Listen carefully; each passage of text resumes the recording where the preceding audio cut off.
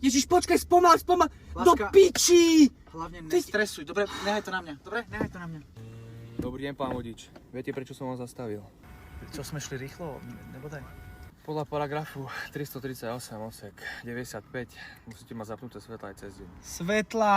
Prečo si mi to prestávala, keď si Ja som požičaš ti nič- auto, tak... Ja som ti nič neprestával a ako nám vy chcete dosvedčiť, že sme nemali zapnuté svetla, keď nemáte ani fotoaparát, ani žiadnu kameru? Predložte dôkazy, však tak sa to robí, nie? Samozrejme, uznávame svoju chybu. Ja ne, neuznávame. Dobre, slečná, dochádza mi trpezlivosť. Ja sa rozprávam tu s vašim manželom a nie s vami, dobre? Víš, ešte polita ti to hovorí. No tak jasné.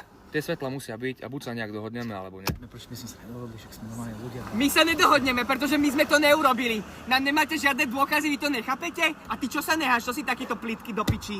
S týmto kurva, že nechápete. Teraz na mňa nepozeraj. Piču si našiel, tá teraz si líš. To si zo mňa robíte Čo prosím? Ja som vám piča! To si neháš toto!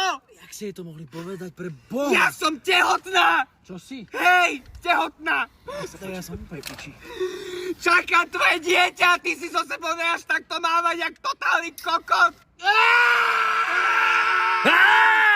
Zober si to a matke do piče páti obidvaja. To čo si aký drží? Zmizni! Čakáme dieťa? Áno, budeš Acko. Môže sa volať Sebastian. Nie.